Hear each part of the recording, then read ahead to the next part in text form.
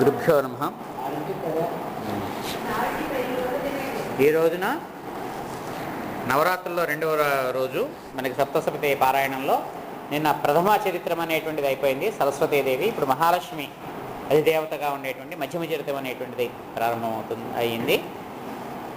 ఈ రోజున మనం 2 అధ్యాయాలు పూర్తి చేసుకుని ఆ 2 అధ్యాయాల్లోనూ దాన్నే హోమం చేసుకుంటాము. ఈ 2 అధ్యాయాల్లోనూ ఉండేటువంటి కథ ఏమిటంటే మహిషాసుర వధ అనేటువంటిది.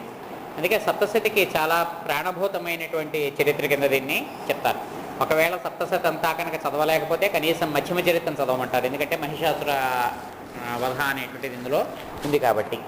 పూర్వం ఈ మహిషాసురుడు అనేటువంటి వాడు ఈ దేవతలందరినీ కూడా హింసించి దేవతల యొక్క సామ్రాజ్యాన్ని తను లాగేసుకుని ఈ అగ్ని, వరుణుడు, యముడు వీళ్ళందరినీ కూడా తను చెప్పినట్టుగానే చెయ్యమని చెప్పి చెప్తుంటే ఆదేశిస్తుంటే ఈ దేవతలందరూ కూడా బ్రహ్మ దగ్గరికి వెళ్తారు.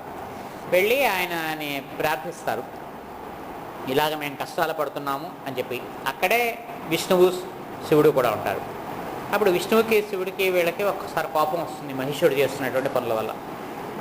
కోపం వచ్చేటప్పటికి విష్ణువు శరీరంలోంచి కొంత తేజస్సు పుడుతుంది, అలాగే శివుడి యొక్క శరీరంలోంచి కూడా తేజస్సు పుడుతుంది.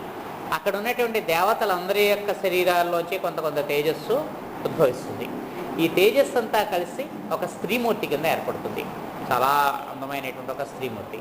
అప్పుడు వాళ్ళు చాలా సంతోషించి ఆమెకు తమ ఆయుధాలలో ఉండేటువంటి శక్తితో కూడినటువంటి శక్తిని ఆవిడకి ఆయుధాలు కింద ఇస్తారు. విష్ణువు తన చక్రంలోంచి ఒక చక్రాన్ని తీసిస్తాడు, శివుడు తన త్రిశూలంలోంచి త్రిశూలాన్ని ఇస్తాడు, ఇంద్రుడు వజ్రాయుధంలోంచి వజ్రాయుధాన్ని ఇస్తాడు, ఇలాగ వరుణుడు ఒక శంఖం ఇస్తాడు, హిమవంతుడేమో ఒక సింహాన్ని ఇస్తాడు. తర్వాత సముద్రాల్లో ఉండేటువంటి రత్నాలు అవన్నీ కూడా ఆవిడికి, హారాలు అవన్నీ కూడా తీసుకొస్తారు. ఇలాగ రకరకాలైనటువంటి ఆయుధాలతో ఆవిడ ఉంటుంది. ఉండి ఆ సింహం యొక్క ఒక్కసారి వికటాట్టహాసం చేస్తుంది. ఆవిడ చేసేటప్పటికీ ఆ ధ్వని సమస్తమైనటువంటి ప్రపంచాన్ని చుట్టి అన్ని లోకాలని చుట్టేటప్పటికీ ఈ సముద్రాలు, పర్వతాలు అవన్నీ కూడా కంపించేసి చాలా తీవ్రమైనటువంటి శోభ కలుగుతుంది. అది మహిషుడి వరకు కూడా చేరుతుంది. ఏమిటి ధ్వని, ఎక్కడి నుంచి వచ్చింది, ఇంతలాగా మన్ని భయపెడుతున్నటువంటిది అని చెప్పి ఆ మహిషుడు బయలుదేరితే అప్పుడు ఇక్కడ ఒక స్త్రీ ఉంది ఈవిడ వల్ల అని చెప్పంటే అతని సైన్యం అంతా కూడా, అతని సేనానాయకులు వాళ్ళంతా కూడా ఈవిడితో యుద్ధం చేయడం కోసం అని చెప్పి వస్తారు. వాళ్ళందరూ కూడా ఆ సేనానాయకులు వాళ్ళంతా ఎలా యుద్ధం చేశారు. అప్పుడు చిట్ట చివర వాళ్ళందరినీ ఆవిడ సంహరించిన తర్వాత మహిషుడు ఆవిడ మీదకి రావడం, మహిష రూపంతో వచ్చి ఈ దేవతా సైన్యంలోకి తన కొమ్ములతోటి, తన తోకతోటి, తన గిట్టలతోటి, తన నోట్లోంచి పుట్టించినటువంటి ఆ వాయువుతోటి మొత్తం ఈ దేవతా సైన్యాన్ని చంద్రవందర చేసేస్తూ ఇష్టం వచ్చినట్టుగా విహరిస్తూ ఉంటే అప్పుడు ఆవిడ పాసం వేసి వాడిని బంధిస్తుంది. బంధించగానే అతను ఆ మహిష రూపాన్ని వదిలిపెట్టేసి ఒక గజ రూపాన్ని ధరిస్తాడు. అప్పుడు ఆ గజ రూపంలో ఉన్నటువంటి అతన్ని కూడా పట్టుకుంటే అప్పుడు సింహరూపాన్ని ధరిస్తాడు. దాన్ని కూడా పట్టుకుంటే అప్పుడు అతను మళ్ళీ మహిషుడుగా వచ్చి మళ్ళీ మీదకి ఉరుకుతాడు. అప్పుడు అతను అలాగ చేస్తుంటే ఆవిడ ఒక్కసారి తన చేతిలో ఉండేటువంటి పానపాత్ర, కుబేరుడిచ్చినటువంటి పానపాత్రలోంచి కొంత సురాపానము చేసి ఒక ఎర్రగా అయినటువంటి ఆ నేత్రాలతోటి చిన్న నవ్వు నవ్వుతూ, సరేలే నువ్వు ఎంతసేపు తిరుగుతావు ఇలాగా, నేను నిన్ను వధించే వరకే కదా నువ్వు ఇలాగ రంకెలేస్తావు, నిన్ను నేను వధించిన తర్వాత ఆనందంతో దేవతలందరూ రంకెలేస్తారు అని చెప్పి అప్పుడు అతని మీదకి దూకి కత్తి తీసి కొడితే మహిష రూపంలో ఉన్నటువంటి అతనిలోంచి మళ్ళీ పురుష రూపంలో సగం మనిషి బయటకు వస్తాడు. అలాగ సగంగా వచ్చినటువంటి అతన్ని పట్టుకునే ఆవిడ అతని శిరస్సుని ఖండిస్తే అప్పుడు అతను మరణిస్తాడు. దేవతలందరూ కూడా సంతోషిస్తారు.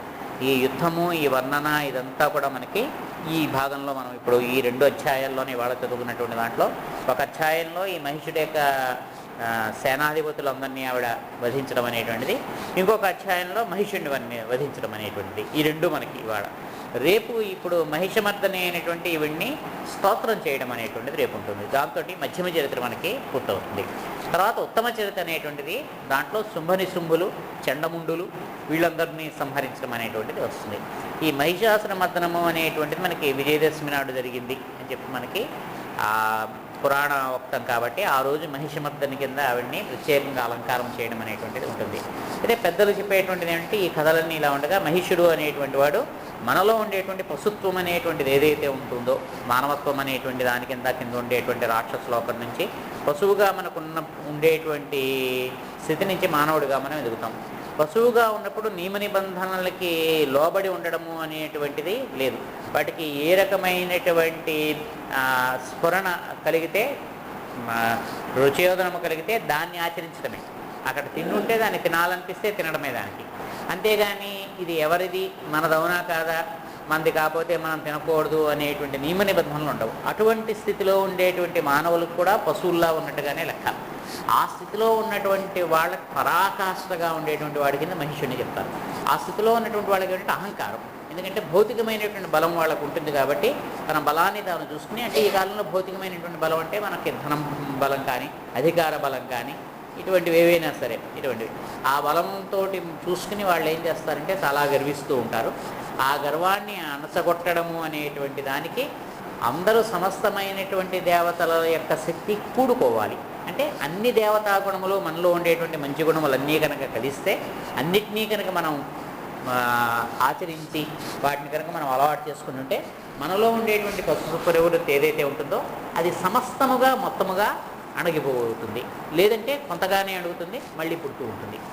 ఇది ఇందులో ఉండేటువంటి రహస్యము. రేపు మళ్ళీ తర్వాత కథ చెప్పుకుందాం. స్వస్తి.